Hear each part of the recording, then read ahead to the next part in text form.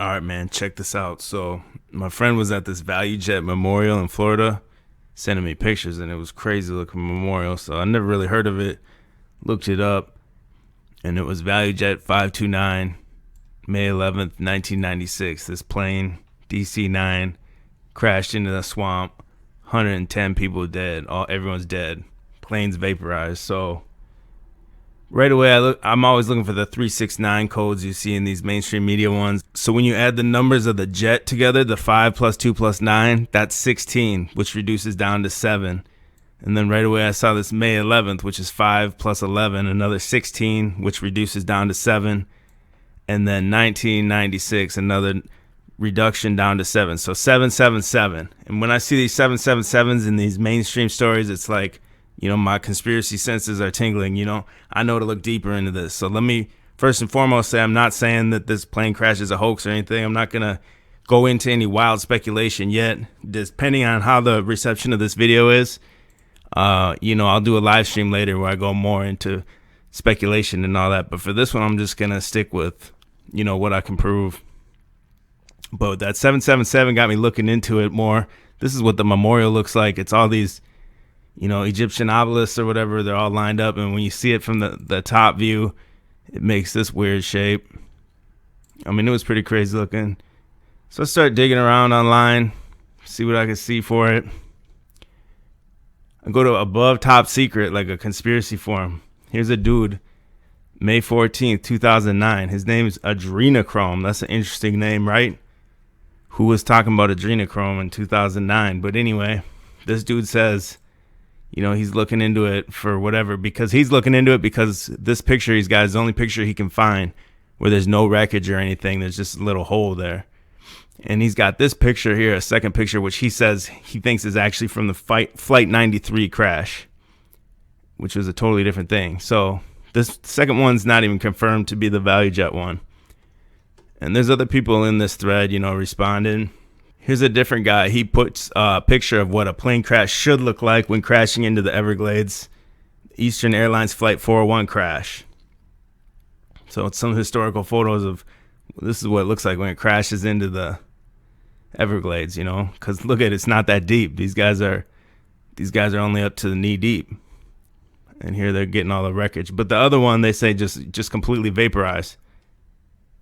And here's some other things showing, the profile, the side view of how deep these Everglades are. And this guy posts, the average depth is 9 feet. So, I mean, an entire airplane just disappeared in there or what? And then I found this article about it from 2016, 20-year anniversary of it, It says right here, rescuers arrived at the scene to find a shocking sight. The plane was gone, shredded to bits by the impact of the crash. So there's really no wreckage. So what's going on here? Yeah, so it says right here, the Valujet Memorial, and it says it's pointing to the crash site. And it says here on Wikipedia, on the 3rd anniversary of the accident in 1999, they propped up this memorial in the Everglades. It says it's 11.9 miles from Chrome Avenue in Miami-Dade County, and points to the location of the crash site 11.9 miles to the northeast. So they're talking about this arrow or whatever points out to the crash site. So I got these coordinates from Wikipedia of where the crash was. I popped the coordinates into the Google Maps right here. And yeah, 11.9 miles away from the memorial. But when I was looking at it too, I'm looking at this memorial. When I'm looking at this memorial too, I'm like, yo, it's not pointing very straight. You think it'd be going more straight out, So I started re-examining the whole monument and seeing what it was and like what all these different things were. So then once I took a long enough look at it, I think it came to me when I saw some kind of angle like this. And then I realized what you're looking at right here. In 1999, this was made. You're looking at an animation that's written in stone right here. And it's an animation of the two towers collapsing down into nothing. So that's what all these are. It's basically an animation written in stone, before the event happens, right?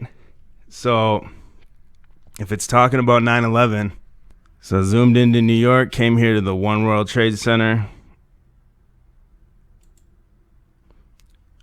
put a pin and made a line from there all the way back to that memorial in Florida in the Everglades. And then you see the line here. This is the line, the Valujet line. The arrow is pointing from here.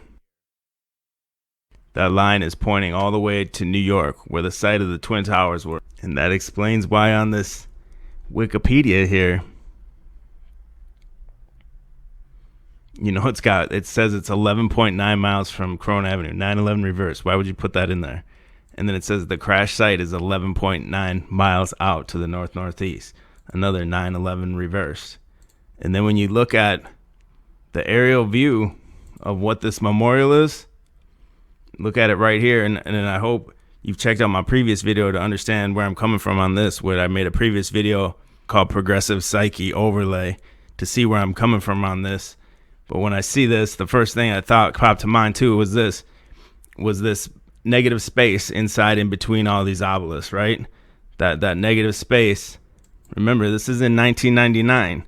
But what you have right there, a Progressive Psyche Overlay of the One World Tower, that shouldn't have even been in existence, a model for this or a blueprint or anything, because it's only 1999 when this memorial is erected here.